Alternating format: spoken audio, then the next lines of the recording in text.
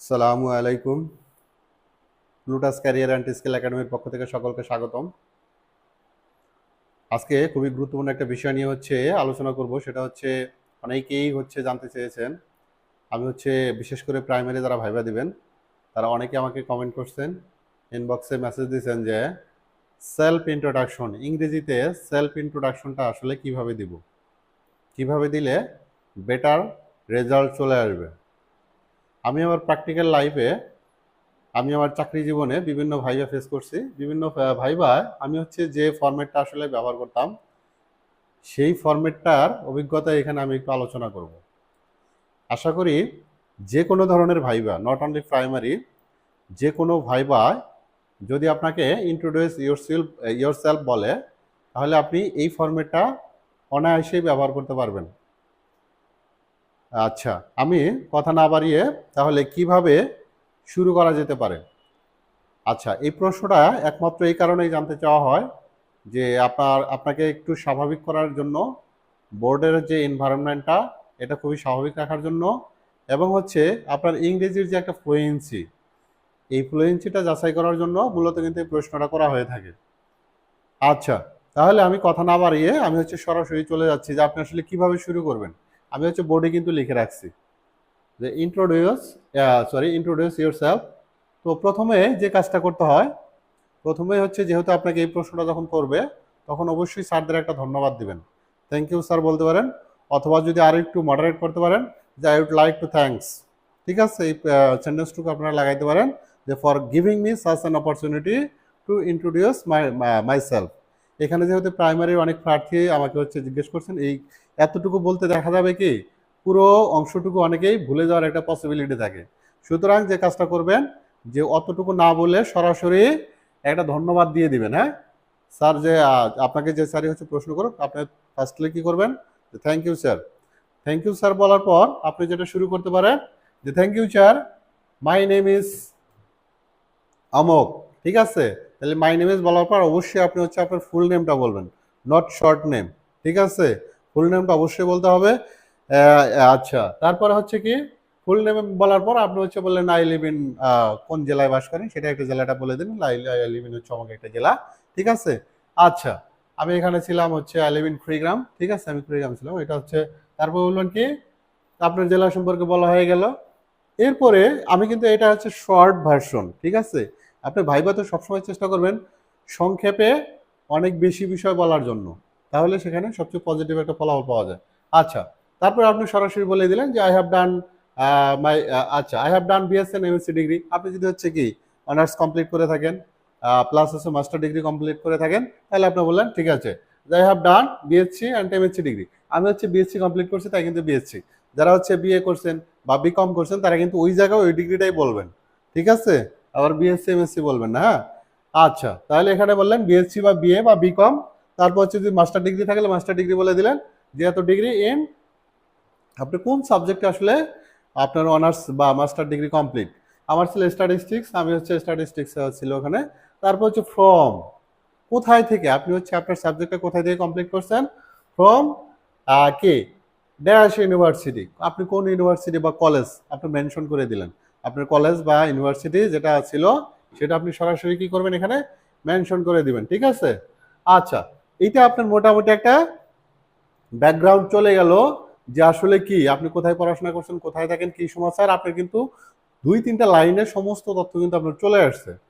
এরপরে যে বিষয়টা আসে, যেহেতু বলছে আপনার সম্পর্কে ইন্ট্রোডিউস করতে, আমরা কি করি অনেকে যে ইন্ট্রোডিউস ইয়োরসেলফ বলার সুযোগ দেওয়া মাত্রই আমার 14 গোষ্ঠী ওখানে তুলে নিয়ে আসি, উঠায় নিয়ে আসি। আসলে 14 গোষ্ঠী সম্পর্কে আপনার কোনো কিছু জানতে চাওয়া হয়নি। আপনার এখানে জানতে চাওয়া হচ্ছে স্ট্রেটলি আপনি নিজের সম্পর্কে, আপনি আপনার ভিতরে কি আছে, আপনি আসলে কি, কতটুকু গুণাবলী আছে। ঠিক আছে, জাস্ট এই জিনিসগুলো কিন্তু আপনার কাছে জানতে চায়। আমরা কিন্তু অনেকেই এই ভুলগুলো করে থাকি যে আমি বলা শুরু করি আমার গ্রামের বাড়ি, আমার বাবা কি করে, মা কি করে, অমুক তমক কি করে, ইত্যাদি ইত্যাদি বলা শুরু করি। এটা কিন্তু একটা নেগেটিভ ইম্প্যাক্ট করবে। ঠিক আছে, আচ্ছা, এরপরে সুযোগটা সবচেয়ে বড় সুযোগ যে আপনার নিজের সম্পর্কে আপনি কি বলবেন। দেখেন, আমি একটা ফরম্যাট দাঁড় করাইছি, বলছে sir I M a person who is very positive. স্যারকে আমি ইমপ্রেস করার জন্য বলছি, স্যার আমি কিন্তু খুবই পজিটিভ একজন মানুষ। কি বলছে যে I M a person who is very positive.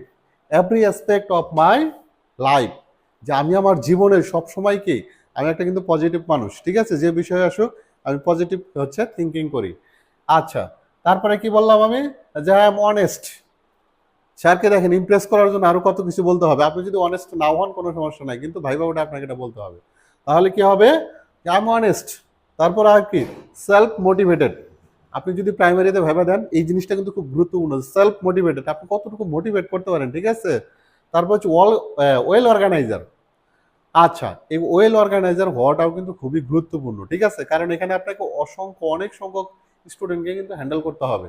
যদি আপনি হচ্ছে ওয়েল অর্গানাইজার না হন, এরকম যদি কোনো সংগঠনের সাথে হচ্ছে কি কাজ করার অ্যাবিলিটি না থাকে, তাহলে দেখবেন বিভিন্ন ধরনের প্রবলেম ফেস করা লাগতে পারে। সেই জন্য আপনি স্যারকে মোটিভেট করার জন্য বললেন কি, স্যার হ্যাঁ আমি অনেস্ট লোক, আমি হচ্ছে সেলফ মোটিভেটেড। তারপর বললেন কি, আমি একজন ভালো ওয়েল অর্গানাইজার, ঠিক আছে। তারপর বললেন কি, and hard working boy or girl.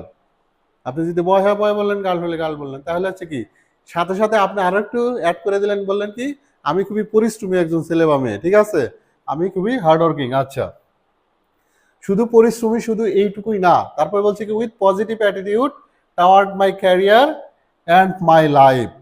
অর্থাৎ এই যে আমি যে হার্ড ওয়ার্ক গুলো করতেছি, হার্ড ওয়ার্ক শুধু এমনি হার্ড ওয়ার্ক করি না, তার পিছনে কি আছে, ভালো পজিটিভ একটা অ্যাটিটিউড আছে, ঠিক আছে। কিসের জন্য, আমার ক্যারিয়ারের জন্য এবং হচ্ছে আমার জীবনের জন্য। তাহলে বুঝতে পারতেছেন যে এই জিনিসগুলো যদি হচ্ছে বোর্ডে উপস্থাপন করা যায়, বোর্ড 100% হচ্ছে আপনার প্রতি পজিটিভ একটা ধারণা আসবে এবং হচ্ছে আশা করি এই প্রথম ইমপ্রেশনটা, ফার্স্ট ইমপ্রেশনটা, আপনার ফার্স্ট ডেলিভারিটাই হচ্ছে ভাইবার জন্য আপনার ফুল মার্ক বয়ে নিয়ে আসবে, ঠিক আছে। আচ্ছা, তারপরে আপনি আরো কিছু বলতে পারেন, যে যেহেতু এখানে শুধুমাত্র নিজের সম্পর্কে বলেন, তারপর আর বললেন there are many things I like to do. তারপর স্যারকে বললেন যে স্যার আমি তো আরো মেলা কিছু পছন্দ করি, ঠিক আছে, কি পছন্দ করেন, বললেন I to see, to and to experience.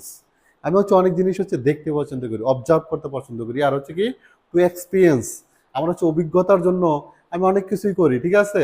তাহলে যখন আপনি বিশেষ করে প্রাইমারির যখন আপনি টিচার হবেন, শিক্ষক হবেন, তখন আপনাকে কিন্তু বিভিন্ন বিষয়ের এক্সপিরিয়েন্স আপনার হচ্ছে অর্জন হবে, গ্যাদার হবে, অর্জন করতে হবে, দেখতে হবে, ঠিক আছে। আচ্ছা, তারপরে আরো কিছু জিনিস আপনি অ্যাড করে দিলেন, বলেন sir I like to read, like to travel and like to listen. এটা হচ্ছে আপনার পার্সোনাল ম্যাটার। আপনি এটা বললে বলতে পারেন যে হ্যাঁ আমি বিশেষ করে পছন্দ করতাম এই জিনিসগুলো, তাই আমি এটা হচ্ছে লিখছিলাম যে আই লাইক টু রিড। এটা কিন্তু আপনার জন্য পজিটিভ ধারণা দেবে এই কারণেই যে আপনি হচ্ছে কি পড়তে পছন্দ করেন, আই লাইক টু রিড।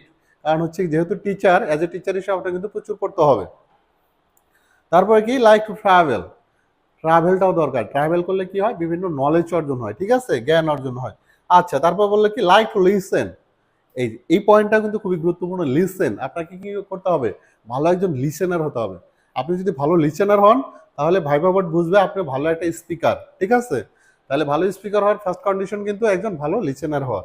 তাহলে মোটামুটি কিন্তু আমি অনেকগুলো কথা কিন্তু অল্প কথায় তুলে নিয়ে আসছি। আচ্ছা, এখানেই বলে ক্ষান্ত হই নাই, শেষ হয় নাই, দেখেন আরো কিছু কি বলা যেতে পারে, sir I have some weak point. দেখেন আমি বললাম স্যার এগুলো তো আমার ভালো ভালো গুণ, আমি তো এই অমুক তমুক, কিন্তু আমার কিছু দুর্বল কিছু দিক আছে, আমার কিছু খারাপ কিছু দিক আছে। কি খারাপ দিক, দেখেন খারাপ দিক বলতে হচ্ছে আপনি কিন্তু ভাইবা বোর্ডকে ইমপ্রেস করার জন্য খারাপ কিছু বলা যায় না। দেখেন পয়েন্টটা কিভাবে বলা যেতে পারে, যে sir I have some weak point, আমার কিছু দুর্বল পয়েন্ট আছে, ঠিক আছে, ভালো কথা। কেমন দুর্বল পয়েন্ট, দেখেন বলছে I am straight forward person, যে আমি হচ্ছে সোজাসুজি কথা বলি, খোলামেলা কথা বলি, আমি কোনো লুকোচুরি পছন্দ করি না স্যার, এই জন্য হচ্ছে আমার এটা একটা উইক পয়েন্ট হতে পারে। তারপরে কি বললেন, যে ট্রাস্ট পিপল ভেরি কুইকলি, যে আমি মানুষকে খুব সহজেই বিশ্বাস করে ফেলি, ঠিক আছে, এটা হচ্ছে আমার একটা উইক পয়েন্ট। তারপরে কি I can not say no when someone asks for help and take decision very quickly. তারপরে আরো একটা পয়েন্ট বলা যেতে পারে কি, যে মানুষ যখন আমার কাছে কোনো হেল্প চায়, কোনো সহযোগিতা চায়, আসলে স্যার আমি এটা না করতে পারি না, ঠিক আছে, এর কারণে আমাকে বিভিন্ন সময় বিভিন্ন প্রবলেমও পড়তে হয়েছে। আচ্ছা, সেটা আমরা না বলে তাহলে এইটাও বললাম। ফাইনালি দেখেন কি বলা যেতে পারে, স্যার যে আমরা যদি একদম ইনটু একেবারে লাস্ট পয়েন্টে আসি, যে sir finally I will put all my efforts for the good progress. যে স্যার আমি হচ্ছে আমার হচ্ছে গুড প্রোগ্রেসের জন্য, আমার হচ্ছে উন্নতির জন্য আমি সব ধরনের কি এফোর্ট দিব, ঠিক আছে। হ্যাঁ, এবং হচ্ছে কি, হ্যাঁ, সব ধরনের এফোর্ট দিয়ে আমি আমার যে উন্নতি সেই উন্নতিটা নিশ্চিত করব। ঠিক আছে? এইভাবে যদি এই শর্ট ভার্সনটা যদি প্রেজেন্ট করতে পারেন, আশা করি যে কোনো ধরনের ভাইবা বোর্ডের মেম্বাররা 100% ইমপ্রেসিভ হবে। ঠিক আছে? এবং হচ্ছে সর্বোচ্চ পরিমাণ মার্ক ক্যারি করতে পারবেন। তাহলে এই পর্যন্তই। আর হচ্ছে আপনাদের যদি হচ্ছে পিডিএফ লাগে তাহলে হচ্ছে আমরা পিডিএফ লিঙ্কটা হচ্ছে আমাদের হচ্ছে ডেসক্রিপশন বক্সে দিয়ে দিব। তো আপনাদের সকলের হচ্ছে মঙ্গল কামনা করছি। সবাই ভালো থাকবেন। আল্লাহ হাফেজ।